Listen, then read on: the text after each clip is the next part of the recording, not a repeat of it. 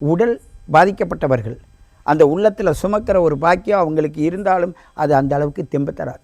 எங்கே போனாலும் காசு பணம் அது உழைச்சி உழைச்சி உழைச்சி மற்றவங்களுக்கு கொடுத்து உறவுகளுக்கு கொடுத்து சோர்ந்து போன மன உளைச்சலுக்கு ஆளான விருச்சிக ராசி நேயர்கள். இதில் பட்டம் பதவிகள் பெற்று உயர்ந்த நிலையில் உள்ளவரும் உண்டு.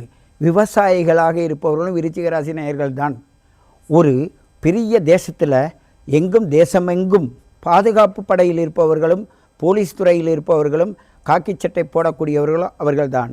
குப்பை அள்ளக்கூடியவர்களும் அந்த சாலபத்தை எடுக்கக்கூடியவர்களும் அந்த விருச்சிக ராசி நேயர்கள் தான். ஏன்னு கேட்டால் சமூக தொண்டு உடையவர்கள் அவர்கள். உங்கள் உடல்லையே அந்த விருச்சிக ராசி எங்கே இருக்குது தெரியுமா? உங்களுடைய இடுப்பு தாங்க விருச்சிக ராசி. அப்போ மலை கழிவுகள்லேருந்து எல்லாமே எங்கே இருக்குது? விருச்சிக ராசியில் இருக்குது. நீங்கள் பெருமூச்சு விடக்கூடிய தன்மையில் உள்ளே அடக்கி வச்சிருக்க ரகசியங்களை மனசிலேயே வச்சிருக்காதீங்க. வெளிப்படையாக சொல்லிடுங்க. ஏன்னா நோய் வரப்போவது உங்களுக்கு தான்.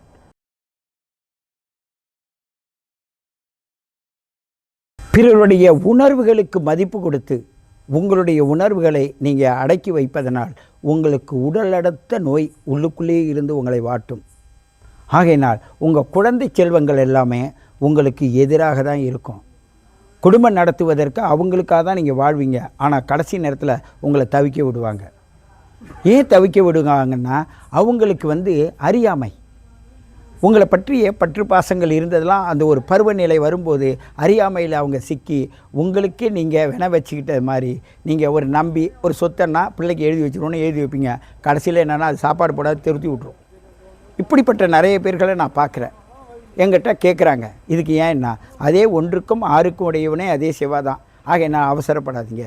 சொத்து சுகங்களை நீங்கள் அனுபவிங்க. ஆனால் பூமியில் பிறந்து தனக்காக வாழாத ஒரு நபர் இருக்கிறீர்கள் என்றால் அது விருச்சிக ராசி நபர்களாக தான் இருப்பாங்க. இன்ப சுகத்திலே சிக்கி தவிப்பவர்களும் இவர்கள்தான். பல ரகசியத்தை இன்ப சுகத்திற்காக மாற்றிக்கொண்டவர்களும் இவர்கள்தான். என்றோ செய்த தவறுகளை இன்று சுட்டிக்காட்டி உங்களை தொல்லை கொடுத்துக்கிட்டே இருப்பாங்க. ஆகையினால் உங்கள் தரத்தை விட கம்மியான நபராக இருந்தாலும் கூட உங்களை எப்பொழுதும் சுட்டி காட்டி கொண்டு தான் இருப்பாங்க. ஏனென்றால் நீங்கள் தரத்தில் உயர வேண்டும் என்பதற்காக இந்த பூமியில் பிறந்தவர் யாராக இருந்தாலும் சரி. ஒரு கரும்பு எடுத்துங்க. கரும்பு மேலே அது சோலை அதோடைய இது இருக்குது. அதை உரிச்சிட்டு நீங்கள் கரும்பை வெட்டிட்டு பாருங்கள், நல்லாயிருக்கும். அந்த தோலையோடு நீங்கள் வச்சிங்கன்னா உங்களோட வாயை கிழிச்சிடும். அந்த சுவை உள்ளே இருக்குது. ஆனால் அதற்குன்னு அது முறையோடு நீங்கள் சாப்பிடணும்.